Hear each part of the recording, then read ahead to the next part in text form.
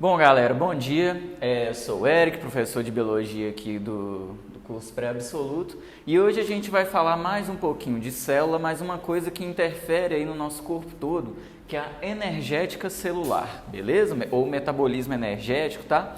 Mesmo tema, mesma coisa. São reações que são importantes justamente para a produção de energia e produção de reserva energética. E aí a gente vai entrar em um pouquinho mais de detalhe em cada uma dessas, tá? Bom, antes de eu começar falando das reações, eu preciso falar de algumas moléculas importantes, da função delas, para a gente então entender o que elas estão fazendo nessas reações e por que elas são tão importantes assim, tá? Primeiro, vou falar mais uma vez do ATP. O ATP a gente vai lembrar que ele é feito de um nucleotídeo, beleza? Nucleosídeo, né? Ligado com mais 3 fosfatos. E a função dele, o porquê que ele vai aparecer aqui, é porque ele doa energia. Toda vez que ele doa um fosfato, ele vai estar doando energia junto para fazer algum tipo de reação, de quebra ou de construção de moléculas, tá? Outras moléculas que são muito importantes são o NAD, NADP e o FAD. Eles são chamados de agentes redutores, tá? Por quê? Porque eles vão fazer redução ou oxidação de outras moléculas. Só lembrando, se chegar um NAD e pegar um elétron de uma molécula, ele vai estar oxidando essa molécula, tá? Porque oxidar é perder elétrons. Quando o NAD está fazendo isso, ele está agindo como um agente oxidante, mas ele está reduzindo. Por quê? Porque ele está ganhando um elétron, beleza? Então, o que vai acontecer? O NAD vai roubar lá, por exemplo, quando está querendo fazer respiração celular, está querendo pegar a energia da glicose, o que ele vai fazer?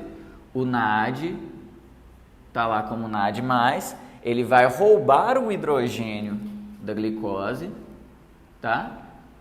E esse hidrogênio vai vir com um elétron, beleza? Então, ele está se reduzindo, mas ele está oxidando a glicose, beleza? Está retirando um elétron da glicose. O que eles vão fazer depois é pegar esse hidrogênio com o elétron e doar para uma outra molécula para fazer alguma coisa, beleza? E aí, o que acontece?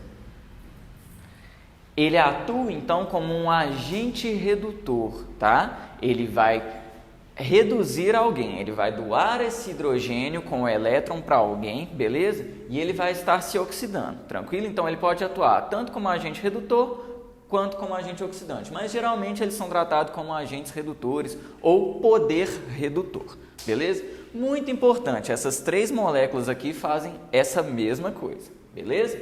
Vamos começar falando de uma reação chamada de fermentação, que vai acontecer em bactéria, em fungo, em alguns protozoários e pode acontecer também na nossa espécie, tá? No Homo sapiens. O que acontece na fermentação? Fermentação, ela vai ocorrer no citoplasma das células, tá?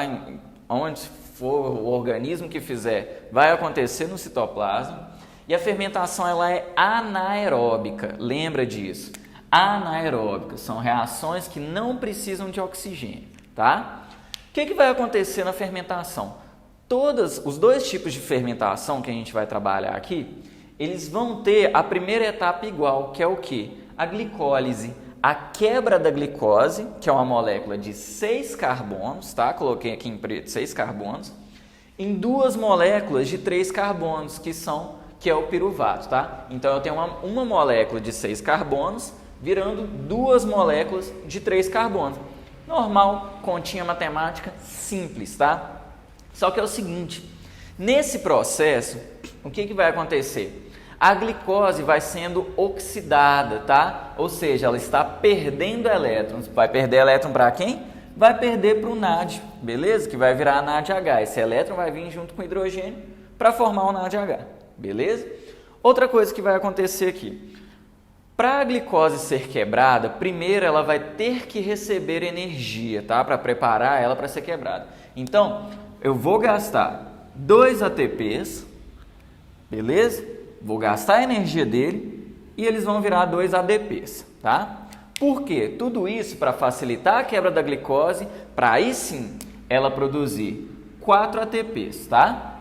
Tranquilo? Então, o que vai acontecer? Nessa etapa aí da glicólise, eu produzi 2 NADH e tive como saldo 2 ATP.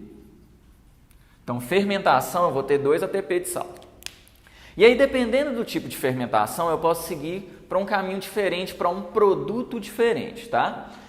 Os dois tipos de fermentação são fermentação lática e fermentação alcoólica. Primeiro, a fermentação lática, o que ela vai produzir? Vai lá ajudar a produzir os derivados lá do leite, beleza?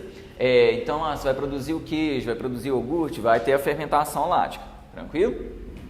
E aí vão ter umas bactérias que vão fazer isso.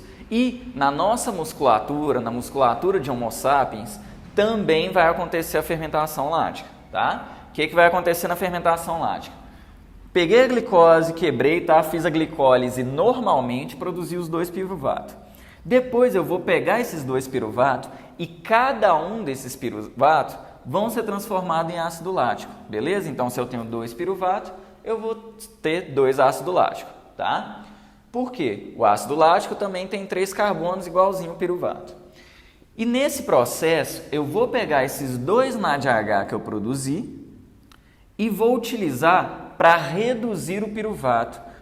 Ou seja, eu vou doar elétron para o piruvato para ele virar ácido lático, beleza? Então, olha que interessante. O NADH que eu produzi, eu já gastei, tá? E aí eu regenerei o NAD, isso é muito importante, tá? Por quê? Para a próxima vez que for rolar uma fermentação, o NAD já está pronto para virar NADH de novo, beleza? Então, são reações que são muito sustentáveis. Esses produtos, eles vão sendo reciclados, beleza? Então, tá. Produzi o meu ácido lático e essa é a fermentação lática. Na fermentação alcoólica, o que acontece é que o piruvato, ele vai formar etanol. Mas aí, quem está lembrando da química orgânica, beleza? Já de cara vai falar, mas professor, o etanol, ele tem 2 carbonos. Como assim? Olha o que vai acontecer. O piruvato tem 3, beleza, ótima observação.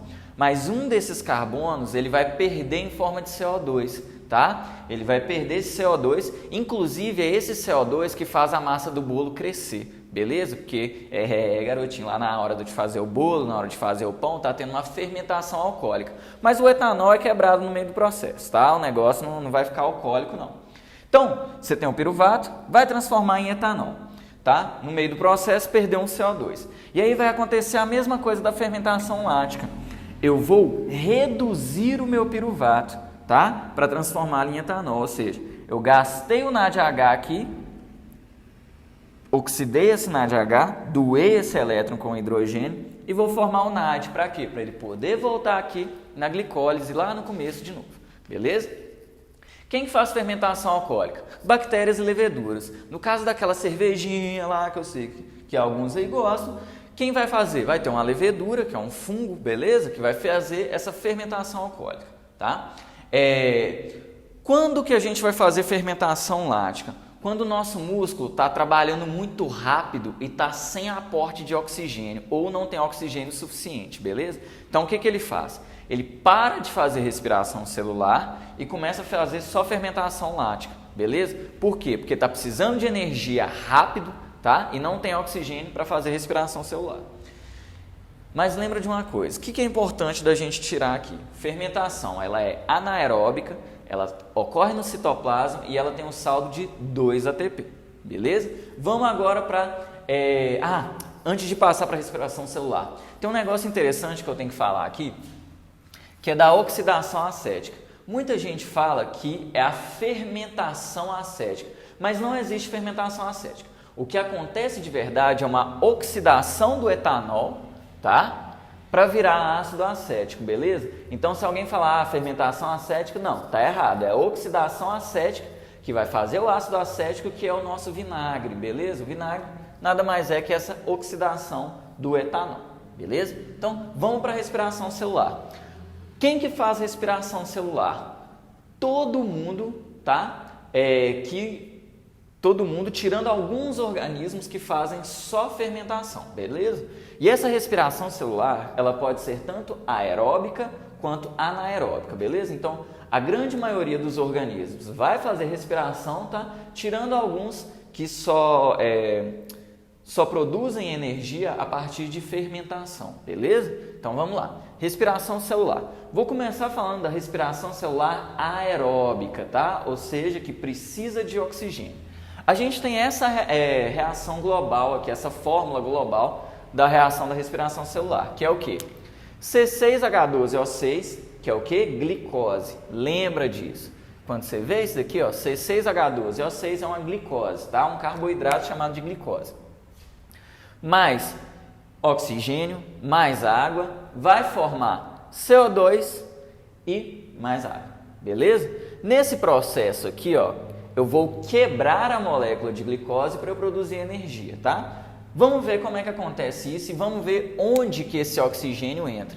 Lembrando que esse oxigênio ele vem lá da fotossíntese, tá? Que a plantinha produziu, então a gente pega esse oxigênio, beleza? Vai utilizar esse oxigênio para produzir energia. Vamos ver como é que acontece. A primeira etapa é a glicólise. É uma etapa que ela é anaeróbica e acontece no citoplasma também. É a mesma coisa, o começo dela é a mesma coisa aqui que acontece na fermentação. Então, eu tenho uma glicose que vai ser transformada em 2-piruvato, uma molécula de 6 carbonos que é transformada em 2 moléculas de 3 carbonos, tá? Nesse processo, mesma coisa, produzo 2 NADH e vou ter 2 ATP de salto, tá? Mas aí, o que acontece no final da glicólise, da respiração celular? Esse piruvato, ele vai para a mitocôndria, beleza? E vai ser transformado em 2-acetil-CoA. No meio desse processo, o piruvato, ele vai ser oxidado, tá? Ele vai perder energia, então ele vai produzir mais 2 NADH. E para transformar em uma molécula que tem 2 carbonos, que é o acetil-CoA, ele ainda perde, vou fazer aqui um rabisquinho, ele ainda perde um CO2, beleza? Então, ó, tenho 2 piruvato, vou formar 2 NADH e 2 acetil-CoA, e vai sair aqui, deixa eu colocar isso daqui uma metria certa, vai sair aqui 2 CO2, beleza? Essa parte da glicólise vai acontecer dentro da mitocôndria, tá? Mas geralmente na prova, quando pergunta, a gente fala que a glicólise acontece no citoplasma. Por quê? Porque a maior parte do processo vai acontecer no citoplasma. Outra pergunta que às vezes fazem, precisa de oxigênio? Não, glicólise não precisa de oxigênio, é uma etapa então anaeróbica, beleza? Qual que é o saldo? 2 ATP e 4 NADH. Agora vamos aqui para outra parte do quadro, para a gente ver o ciclo de Krebs, para ver o que acontece ali dentro da mitocôndria. Bom, vamos agora então para o ciclo de Krebs, que é a segunda etapa da respiração celular. Essa etapa, gente, vai acontecer na matriz mitocondrial. Onde que é? Lá dentro da mitocôndria, tá? Passou da primeira membrana, passou da segunda membrana, tá? Da membrana externa e da membrana interna, lá no cerne, lá dentro da mitocôndria, que vai acontecer o ciclo de Krebs. O ciclo de Krebs, ele é conhecido também como o ciclo do ácido cítrico. Eu até prefiro esse nome, por quê? Porque o ácido cítrico é um produto aqui desse ciclo, tá? E o Krebs é quem descobriu esse ciclo. Ele é um ciclo que ele é anaeróbico também, tá? Não precisa de oxigênio. E, mais uma vez, acontece na matriz mitocondrial, ou seja, o acetil-CoA chegou aqui, tá? E vai ocorrer ali dentro da mitocôndria. Esse acetil-CoA, ele se junta com uma molécula de 4 carbonos, que é chamado de oxalacetato, tá? Juntou 4 mais 2, vai ficar quanto? Isso, 6 carbonos. Então, forma o meu ácido cítrico, tá? Que é o que dá nome para esse ciclo. Esse ácido cítrico que tem 6 carbonos. Agora, o que vai acontecer? Eu vou oxidar bastante essa molécula, tá? Eu vou oxidando para retirar o máximo de energia dela, para poder transformar lá no final, vocês vão ver, em ATP. O que vai acontecer? O ácido cítrico, então, ele é oxidado, forma um NADH e CO2, beleza? E esse ácido cítrico é transformado numa molécula de 5 carbonos. Não precisa decorar o nome. Coloquei aqui só para a gente ter uma noção aqui mesmo, que é o alfa-cetoglutarato. Essa molécula vai perder carbono também, tá? Vai se transformar numa molécula de 4 carbonos, ou seja, vai sair um CO2 e vai formar mais NADH, tá? Então, ó, já formamos 2 NADH. Depois esse succinato, que ainda tem bastante energia, que é uma molécula de 4 carbonos, vai perdendo energia, tá? Vai se transformando em outras moléculas aí no meio do caminho, até chegar ao oxalacetato, beleza? Nesse meio de caminho, ele forma GTP, que parece com ATP e é até transformado em ATP, beleza? Produz NADH, tá? É oxidado, vai produzir NADH e produz FADH2. Lembrando que o FADH2 também é poder redutor, tá? Age igualzinho lá o NADH. Mas vamos pensar numa coisa aqui. Professor, não eram 2 acetil-CoA? O que aconteceu com o outro? Na verdade, tem 2 ciclos ocorrendo ao mesmo tempo, tá? Então, a gente, em vez de produzir 1, 2, 3 NADH, a gente está produzindo 6 NADH. Em vez de produzir só um FADH2, a gente está produzindo 2 FADH2 e 2 ATP, beleza? Então, o saldo do ciclo de Krebs vai ser de 6 NADH, 2 FADH2 e 2 ATP, beleza? Fora aí, né, os 4 CO2 que saíram, tá? Vão sair, é o que a gente, na nossa expiração, quando a gente está colocando o ar para fora, é o CO2 que sai, beleza? E aí, olha que interessante, todos os CO2 já saíram, aqueles 6 CO2 da minha reação global da respiração celular, já saíram, beleza? Saíram 2 lá na glicólise e mais 4 aqui no ciclo de Krebs, beleza? E aí a gente tem esse saldo, só que a gente precisa juntar os 2 saldos, porque a gente vai usar isso na última etapa, tá? Então eu tenho 6 NADH do meu ciclo de Krebs, mais 4 NADH da minha glicólise, ou seja, eu tenho 10 NADH, olha que tanto de poder redutor, e 2 FADH2. E quantos ATPs? 4 ATP de saldo só até agora, beleza? Vamos para a terceira etapa. A terceira etapa é a cadeia respiratória, é onde que o pau quebra, beleza? É onde que a gente vai produzir ATP mesmo. E é aí que está o nosso grande ganho evolutivo, grande ganho energético, tá? De ter uma mitocôndria, de ter toda essa reação, beleza? Vamos ver o que acontece. Essa etapa, ela é a etapa aeróbica, ou seja, é a etapa que precisa de oxigênio.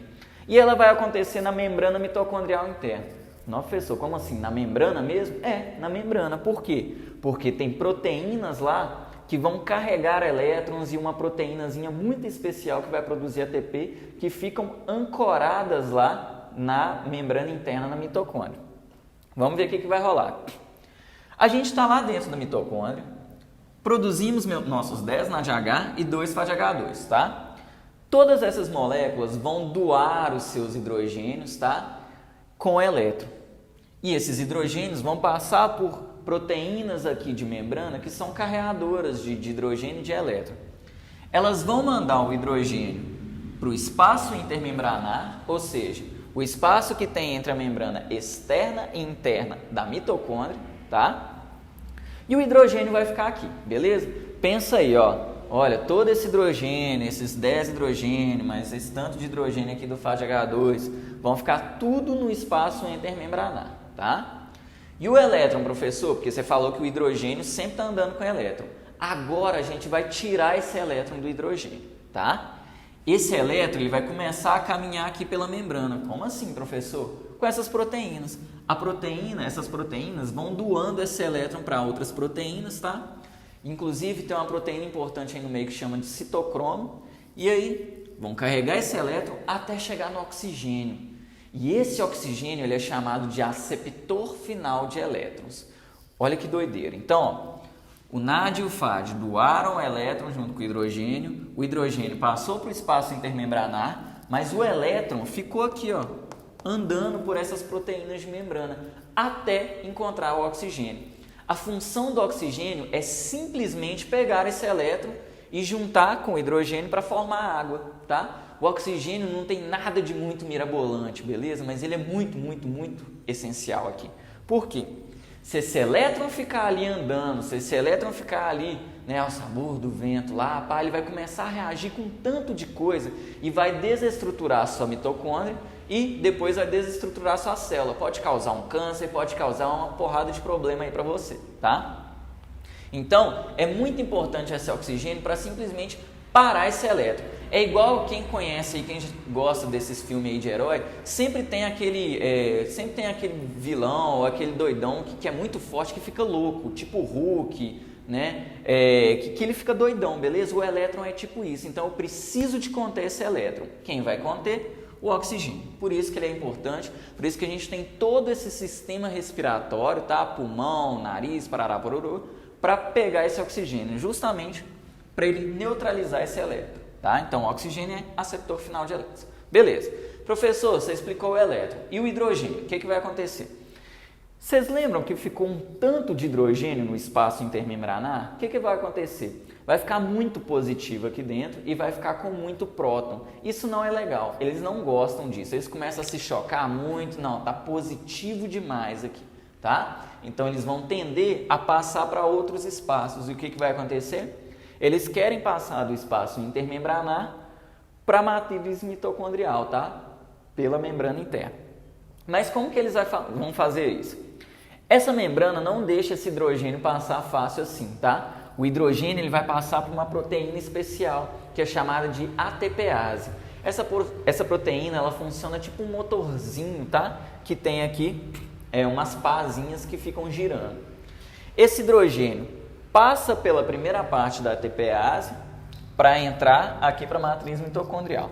Quando o hidrogênio passa aqui, ele movimenta, beleza? Essa molécula, ele movimenta essa proteína. Quando ele movimenta essa primeira parte aqui, ele faz essa segunda parte girar.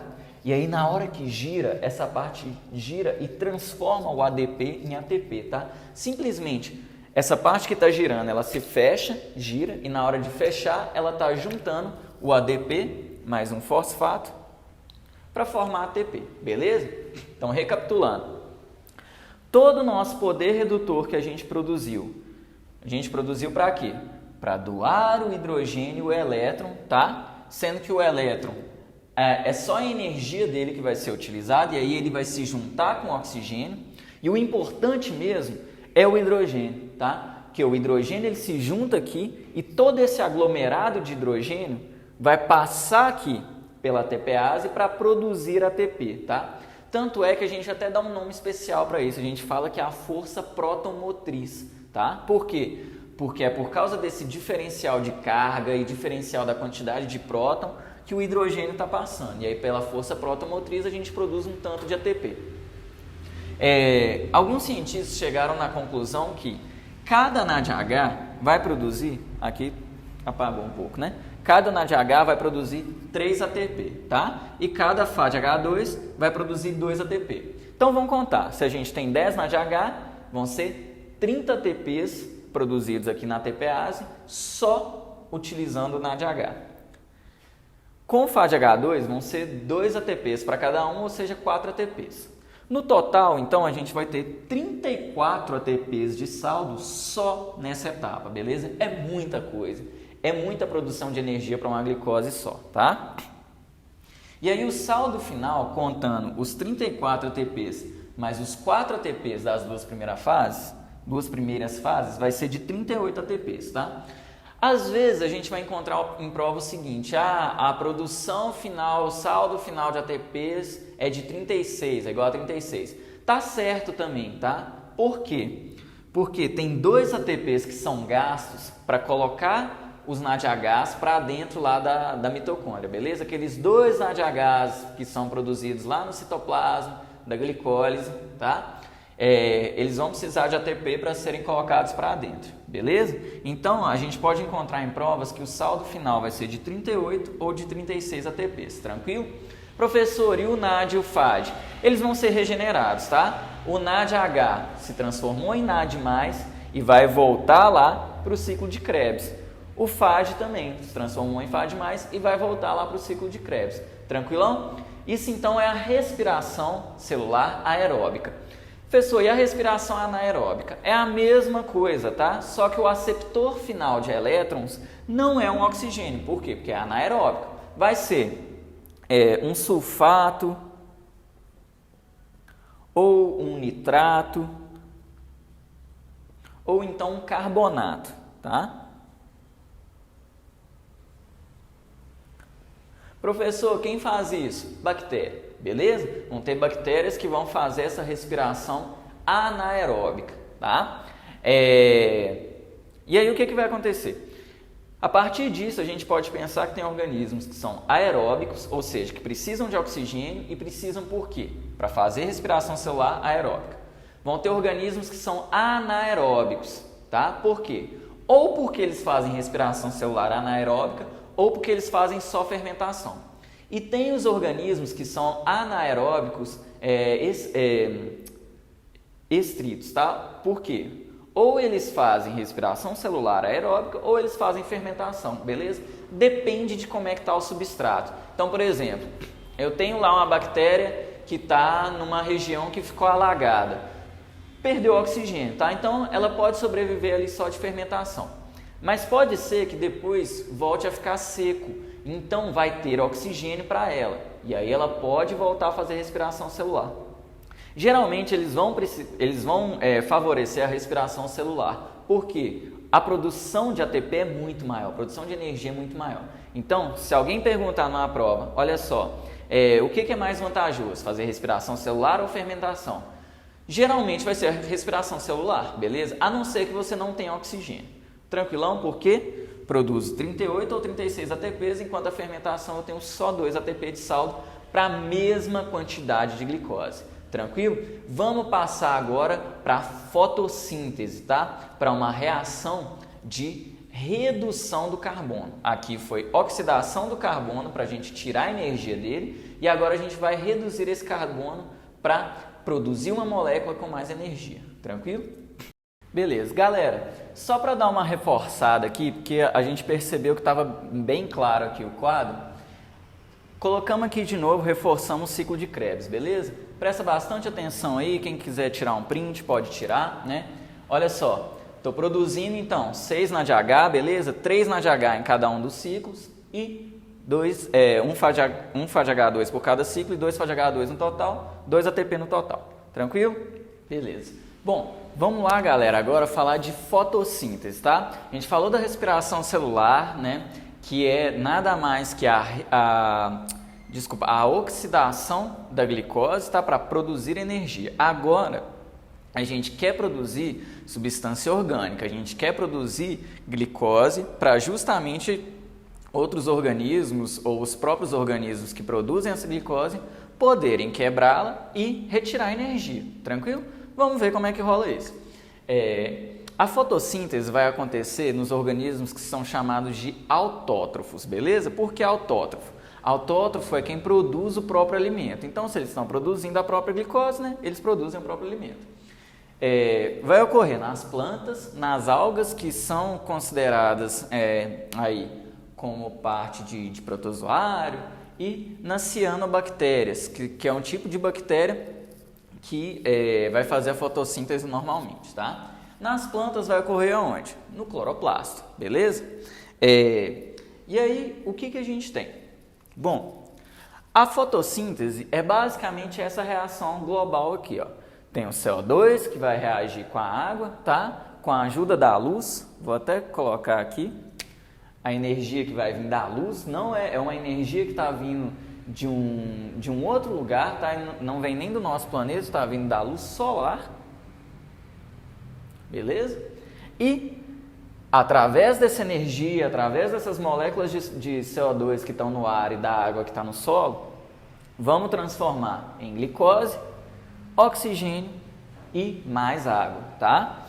Então, olhem só, o CO2 que veio lá da respiração, que estava lá na atmosfera, vai ser pegado aí por essas plantas, por essas algas, e elas vão fixar o carbono, tá? Como assim fixar? Vai transformar em uma molécula maior, tá? E, de quebra, ainda vão produzir a glicose e o oxigênio, sendo esse oxigênio o oxigênio que a gente respira. Então, vocês estão vendo que tem uma ligação íntima aí entre a fotossíntese e a respiração celular? Por quê?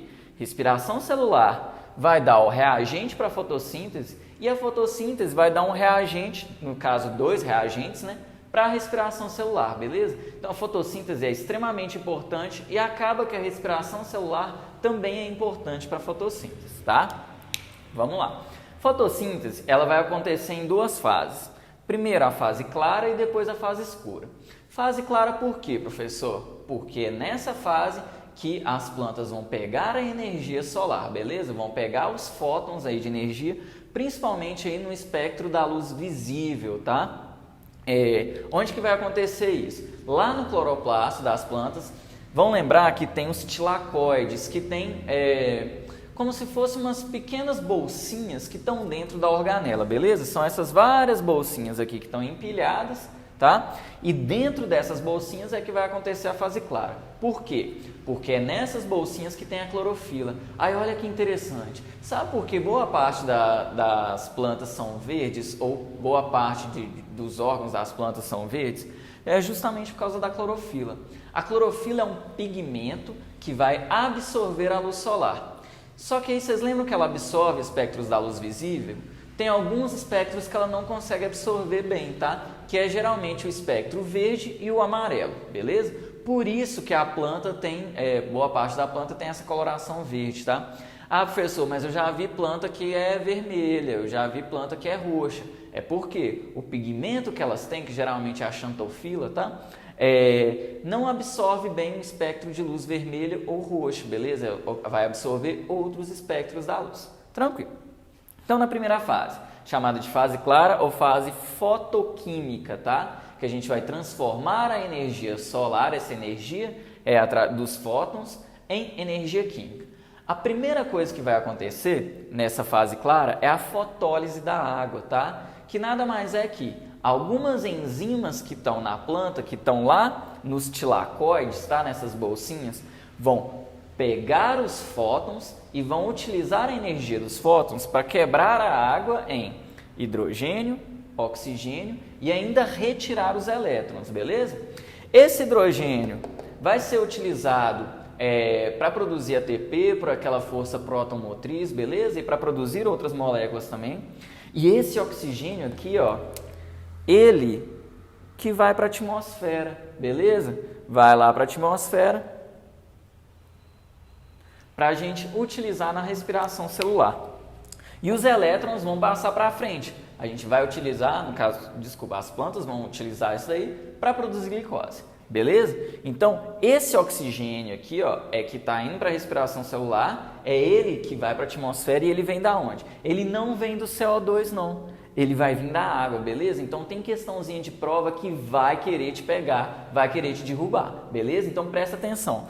O oxigênio ele não vem do CO2, ele vem da água. Vamos agora para o outro quadro para a gente ver a próxima subetapa aí dessa fase clara.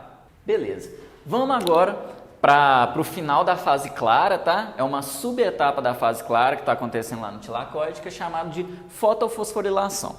Essa fotofosforilação é onde que a mágica acontece, beleza? É onde que a gente vai pegar energia, tá? A gente vai reduzir moléculas de NADP, beleza? Para depois utilizar essa energia para formar a glicose, beleza? Como que acontece?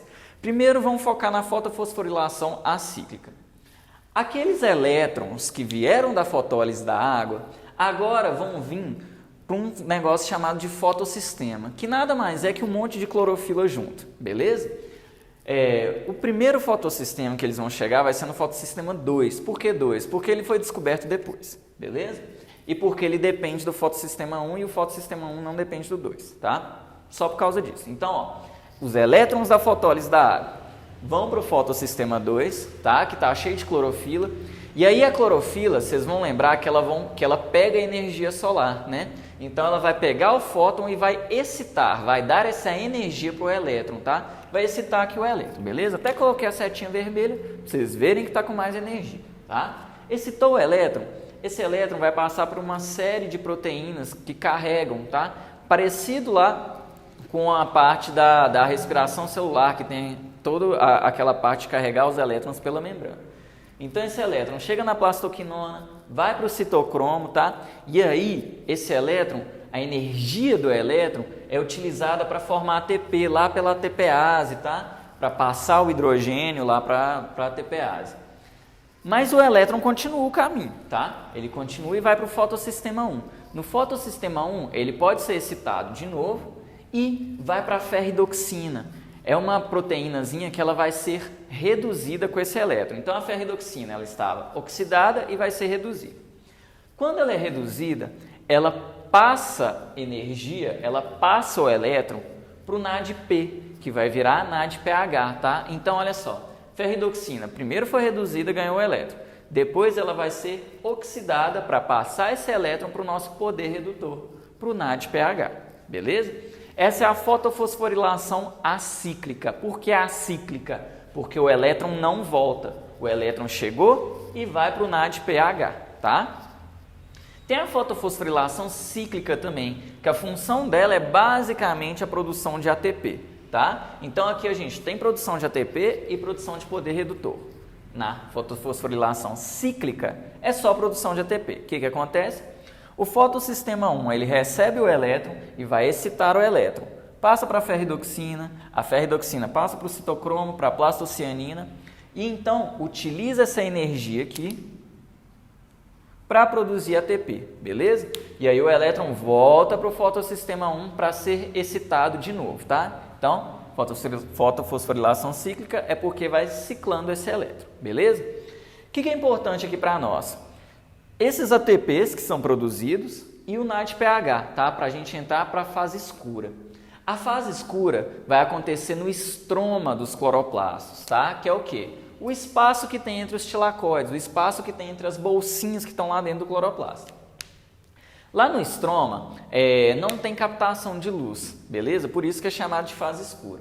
E o que acontece de interessante para nós na fase escura é o ciclo de Calvin, tá? Que é o que? A gente vai transformar essa energia aqui que a gente pegou, tá? Em glicose. Como que isso acontece? Lá dentro do estroma, a gente já tem uma moléculazinha chamada de ribulose 1,5 de fosfato, ou simplesmente RUBP, tá? Facilitar a vida aí.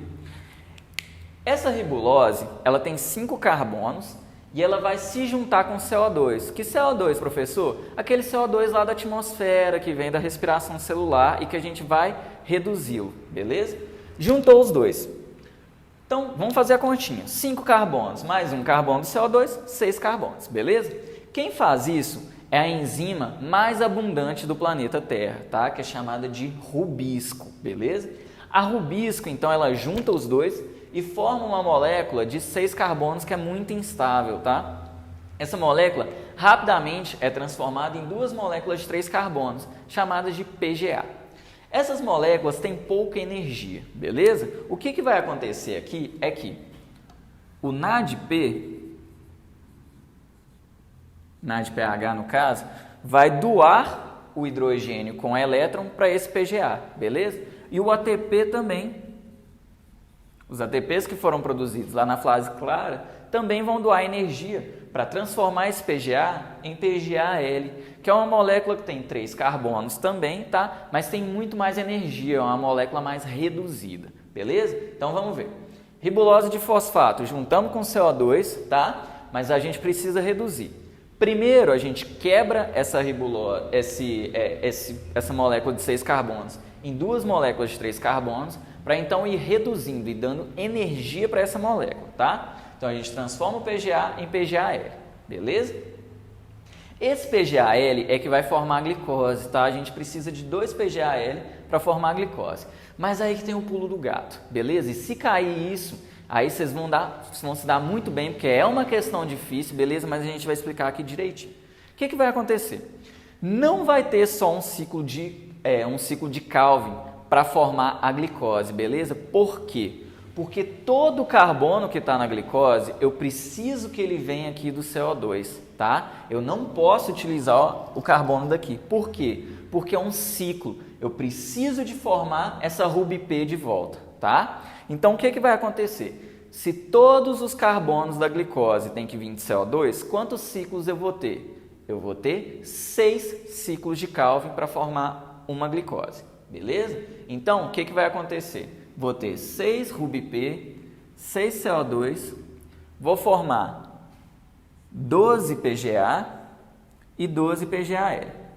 Dos 12 PGAL, 2 vão ser utilizados para formar glicose, tá? Então, por quê? São 2 moléculas de 3 carbonos, formam a minha glicose tranquilamente.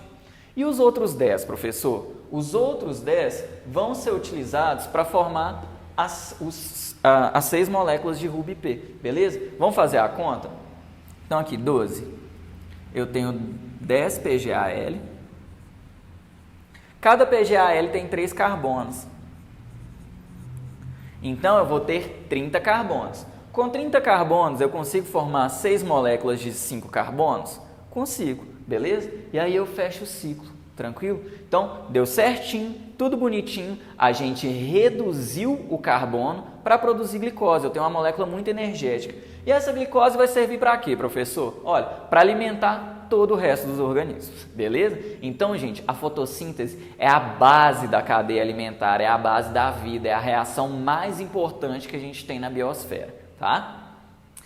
A fotossíntese, então, vai produzir glicose, lá na fotólise da água, produzir o oxigênio que vai ser utilizado na respiração celular. E através da fotossíntese, a gente tem a fixação do carbono, as plantas, né, os organismos autótrofos, tiram o CO2 da atmosfera, tá? E isso vai ajudar a gente para não ter um aquecimento global, beleza?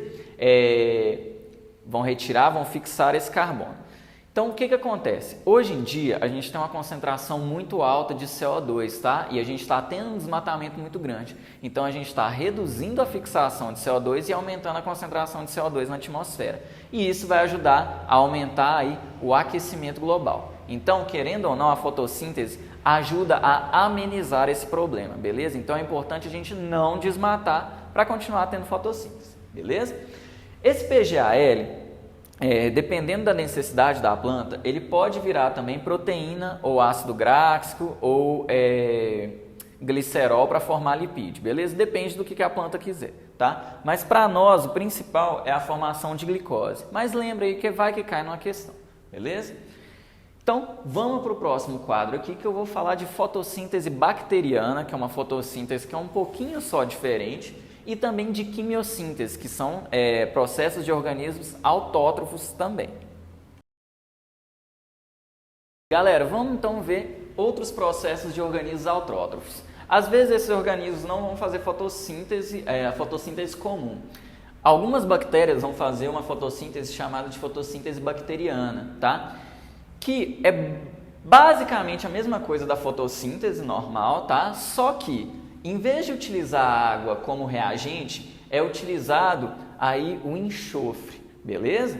E aí vai reagir e vai ter o enxofre até como produto também. Mas produz glicose também, produz substratos orgânicos normalmente, beleza?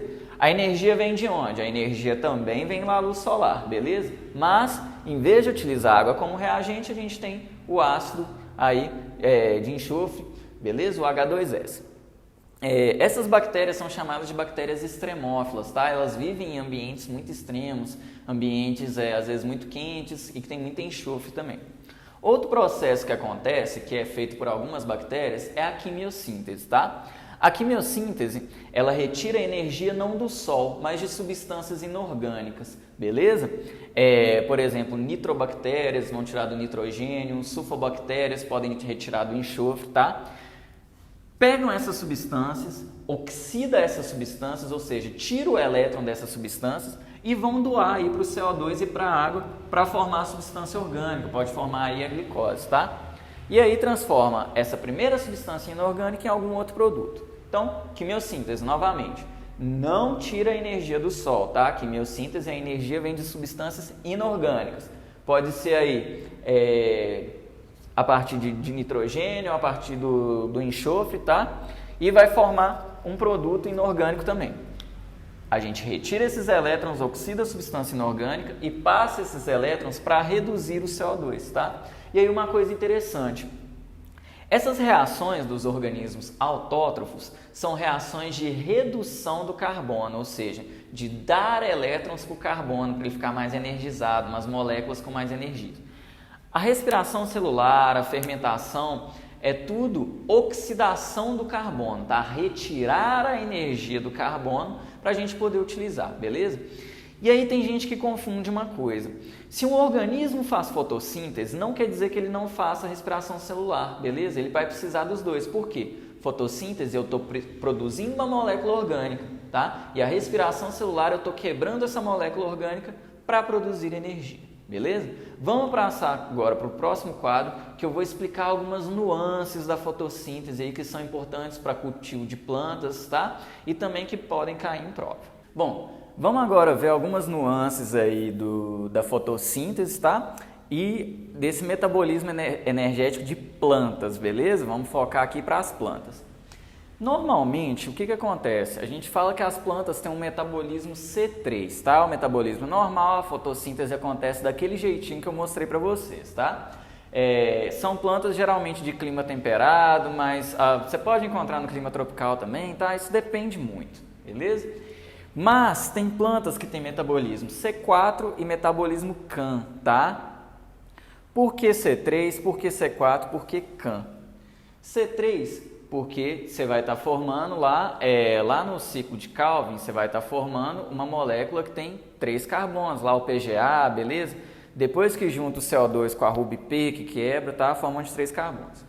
Na C4, você vai formar uma molécula de 4 carbonos e no metabolismo CAM também, tá? Mas qual que é a diferença dos dois? As plantas que são C4, elas vão fechar os estômatos só quando está muito quente. E as plantas CAM geralmente vão estar com o estômago fechado o dia inteiro, tá? Professor, o que é estômago? Vamos lembrar que lá nas plantas, na folha das plantas, vai ter umas célulazinhas diferenciadas que elas se abrem e fecham, beleza? É como se elas fossem o portãozinho da folha, tá? Quando esse portãozinho da folha, quando esse estômago está aberto, pode ter troca gasosa da planta com o ar, tá? Ou seja, vai entrar CO2 e vai sair oxigênio da planta e também ela vai perder água em forma de vapor, tá? Quando o estômago está fechado, não tem como ter troca gasosa e também ela não perde água, beleza? Por isso, essas plantas vão ficar com o estômago fechado há algum tempo para não perder água. Essa daqui quando estiver quente e essa durante o dia. Por quê? A planta C4 é uma planta de clima seco e quente, tá? Por exemplo, planta de caatinga, algumas plantas do cerrado também vão ter o metabolismo C4, tá? Principalmente aí herbáceas, plantas que estão mais expostas, tá? As plantas CAM são plantas de deserto, beleza? CAM vem de metabolismo ácido das crassuláceas, que são aí os cactos, tá? Então, essas plantas elas estão expostas a um ambiente ainda muito mais seco e mais quente, beleza? Por isso que elas ficam o dia inteiro com o estômago fechado, tá? Geralmente, ficar com o estômago fechado de manhã é uma desvantagem. Por quê? Porque, olha só, você não está pegando CO2 do ar. Sem CO2, você não faz glicose na fotossíntese, beleza? Então, é uma desvantagem. Mas, para essas plantas que estão num clima quente e seco, é bom para elas, porque senão elas iam estar perdendo água. Então, olha só, se elas tivessem um metabolismo aí bobo, o que elas iam fazer? Iam ficar com o estômago aberto, tá? Iam perder água, beleza? E iam produzir um pouco de energia, mas iam perder toda a água delas, beleza? E elas não podem fazer isso, elas têm que racionar a água delas. O que as plantas C4 e CAM fazem então? Em vez de produzir lá o PGA, elas vão produzir uma substânciazinha chamada, uma moléculazinha chamada de malato, tá? Que é basicamente um piruvato junto com o CO2, beleza? É uma substância que tem 4 carbonos, por isso que elas vão ser chamadas de C4. E aí o que acontece? Quando o estômago delas está aberto, elas então produzem o malato. E aí quando o estômago delas se fecha, elas pegam esse malato, quebram esse malato em CO2 e piruvato, tá? Vou até escrever aqui. Malato vai virar CO2 mais piruvato.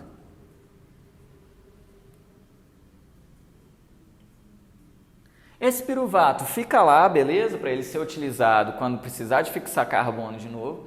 E o CO2 continua lá o ciclo de Calvin da fotossíntese, beleza?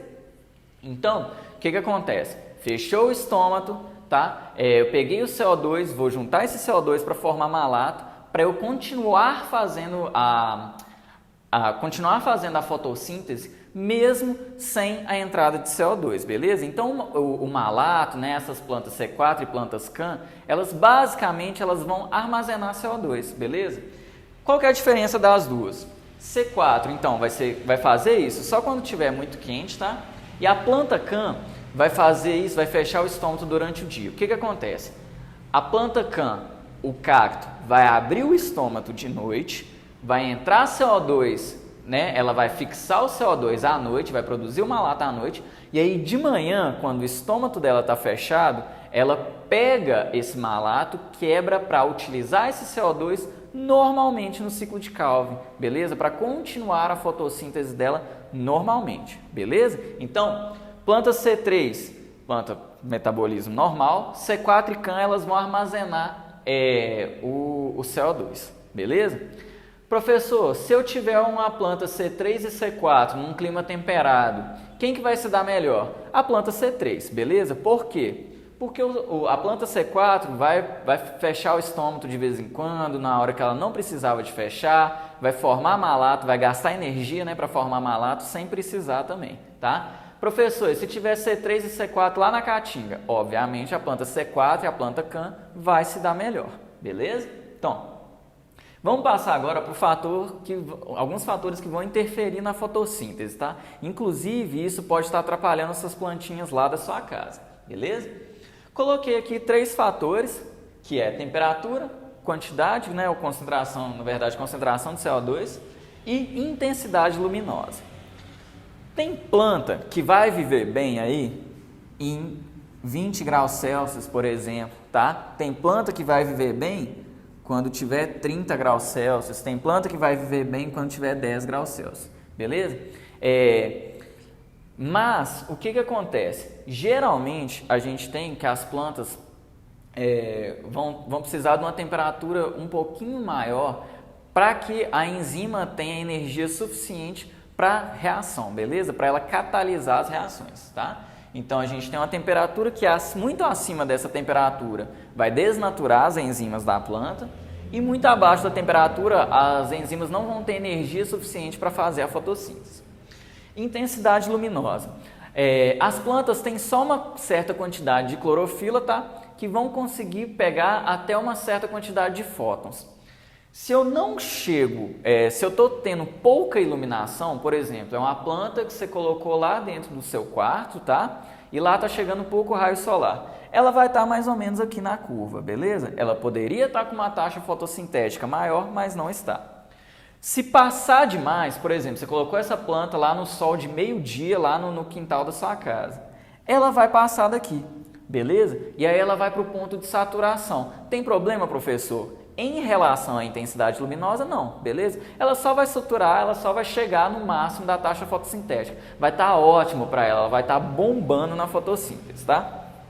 Problema para ela é se ela ficar lá muito tempo e isso começar a queimar a planta, a temperatura dela aumentar demais, tá? Concentração de CO2 também é importante. Se você tem uma planta que está num ambiente que tem pouco CO2, a taxa fotossintética dela vai estar baixa.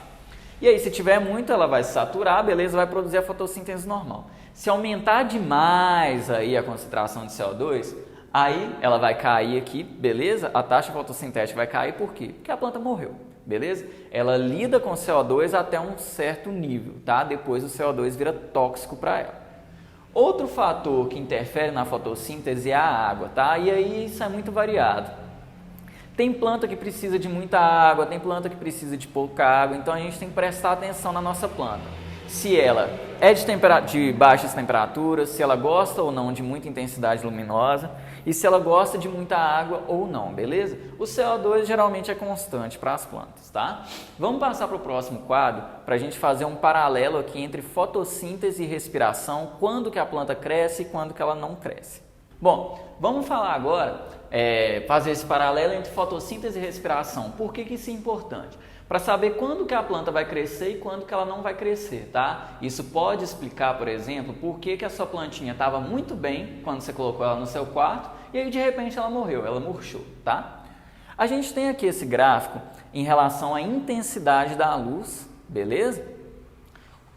Aqui está aumentando a intensidade da luz e aqui está aumentando a velocidade da reação, tá? A velocidade da reação está em função da intensidade de luz. E eu tenho duas reações acontecendo, respiração e fotossíntese. Reparem que a respiração ela está numa reta aqui horizontal que não está mudando. Por quê? Porque a respiração, a taxa de respiração, a velocidade da reação não depende de intensidade luminosa, tá? Já a fotossíntese sim vai depender da intensidade. Então, quanto maior a intensidade de luz, maior a taxa fotossintética, beleza? No ponto A, o que está acontecendo com essa planta? Ela não está recebendo luz suficiente, beleza? Vamos dizer que você colocou uma planta dentro do seu quarto e está sem luz, tá? O que vai acontecer com ela? A velocidade da reação de fotossíntese está maior, de respiração celular está maior do que a fotossíntese, tá? E ela vai começar a consumir oxigênio da atmosfera. Ela não está consumindo o oxigênio que ela produz. E ela vai consumir a reserva de amido dela e nem vai produzir mais amido, beleza? Ela vai produzir só um pouco ali do pouquinho de fotossíntese que ela faz. E isso, se você deixar a planta ali por muito tempo, ela vai morrer, tá? Por isso que murchou a plantinha lá no seu quarto. E aí vamos supor que você mudou, colocou ela na janela do seu quarto, onde ela recebe uma luz ok, beleza? É uma luz que é o suficiente só para igualar a reação de respiração com fotossíntese. O que vai acontecer com essa planta? Todo o oxigênio da fotossíntese, ela está utilizando para a respiração celular, e todo o CO2 da respiração celular, ela está utilizando para a fotossíntese, tá? Por quê? Vocês lembram da reação global? Pensa que a reação global da respiração, é só vocês olharem, ela é o contrário da reação da fotossíntese. Tudo que tem de produto na fotossíntese é reagente na respiração celular e tudo que é reagente na tudo que é produto na respiração celular é reagente na fotossíntese, beleza? Então, o que é produto em um é reagente no outro e vice-versa, tá? Por isso que aqui no ponto B, que a respiração está igual à fotossíntese, todo o oxigênio da fotossíntese é consumido na respiração, todo o CO2 da respiração é consumido na fotossíntese. E aí é o seguinte, tudo que a planta está produzindo de glicose, ou seja, né, todo o amido que ela produz, ela está consumindo também, tá? Mas ela não vai morrer se ela ficar nesse ponto aqui, beleza? Ela pode ficar na janela lá do seu quarto e tal, que aí ela vai ficar de boa, mas ela não vai crescer e nem reproduzir, beleza? Esse ponto B é chamado de ponto de compensação fótica, tá? Ponto de compensação fótico. Beleza, ponto de compensação fótica. Então aqui não vai ter crescimento nem reprodução dessa planta. Já no ponto C, vamos dizer que você colocou essa plantinha aí lá no jardim, tá? Onde tem bastante sol e vamos supor que é uma planta que goste de sol, tá? O que vai acontecer? Ela vai chegar aqui, vai aumentar muito a fotossíntese dela, pode até chegar no ponto de saturação, beleza? E aí, gente, o que vai acontecer? A fotossíntese está bombando, todo o oxigênio que ela está produzindo na fotossíntese, vai ter só uma partezinha que vai ser usada na respiração. Por quê? Porque ela está produzindo demais oxigênio. E aí, esse excesso de oxigênio vai para a atmosfera e aí a gente pode fazer respiração celular, beleza? Os animais podem se aproveitar disso. E aí, ela vai chegar a consumir todo o CO2 da respiração celular dela, mas também ela vai ter que pegar CO2 da atmosfera, beleza? Vai ajudar a gente aí a fixar esse carbono, a reduzir o aquecimento global. Por quê? Porque está bombando a fotossíntese. E aí uma coisa interessante, ela vai conseguir crescer e reproduzir. Por quê? Porque ela está produzindo glicose e, portanto, amido o suficiente para armazenar, tá? E aí ela vai poder crescer, ela vai poder reproduzir, ela vai poder produzir, sei lá, espinho, o que for que ela quiser produzir lá, beleza? Ponto C, então, é o melhor ponto para a planta.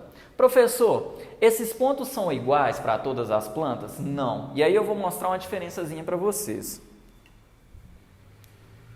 Vou tirar a respiração aqui para mostrar para vocês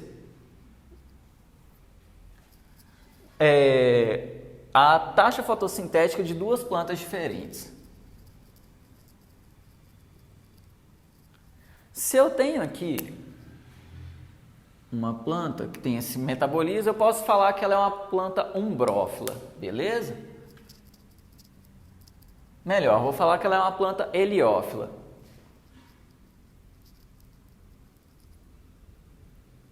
Hélio vem de sol, tá? Então é uma planta que gosta de sol. E eu vou ter uma planta também que eu vou chamar de umbrófila, que é uma planta de sombra, uma planta que gosta de sombra.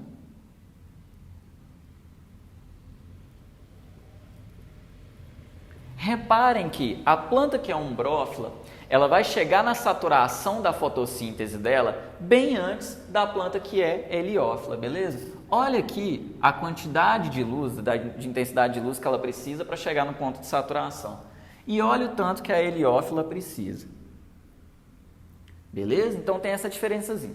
Então, eu dei o exemplo lá do seu quarto, mas pode ser que tenha planta que se dê bem com a quantidade de luz que entra dentro do seu quarto, tá? E vai ter planta que não vai se dar bem, que ela precisa de mais intensidade de luz. Beleza? Então, aonde que vai ser o ponto A, o ponto B e o ponto C aqui das duas? Vai variar. Beleza? Então, presta bastante atenção nisso, se for fazer o cultivo de uma planta, pensa nisso, beleza? Na intensidade de luz, quantidade de água, temperatura, tá? Para dar certinho, bonitinho, fazer bastante fotossíntese, que a planta gosta disso, o meio ambiente e a gente agradece também, beleza? Bom, uma rápida recapitulada então. Respiração celular e fermentação são reações de oxidação do carbono, a gente está retirando energia do carbono para produzir ATP, sendo que fermentação produz só 2, e a respiração celular de 36 a 38 ATP, tá? Para a mesma quantidade de glicose. Fotossíntese. A fotossíntese, ela pode ser a fotossíntese normal, que vai produzir glicose, vai produzir oxigênio. Pode ser a fotossíntese bacteriana, que também vai produzir glicose, mas não utiliza oxigênio, tá? E pode ter também a quimiossíntese, que em vez de utilizar a energia solar, como a fotossíntese bacteriana e a fotossíntese normal, ela vai utilizar a energia de substâncias inorgânicas, beleza? E aí tem vários fatores que podem influenciar na fotossíntese e as plantas podem ter um metabolismo que vai armazenar ou não CO2, dependendo de como que é o ambiente delas. Justamente para quê? Para poder reservar água, não perder água à toa, beleza? Muito obrigado!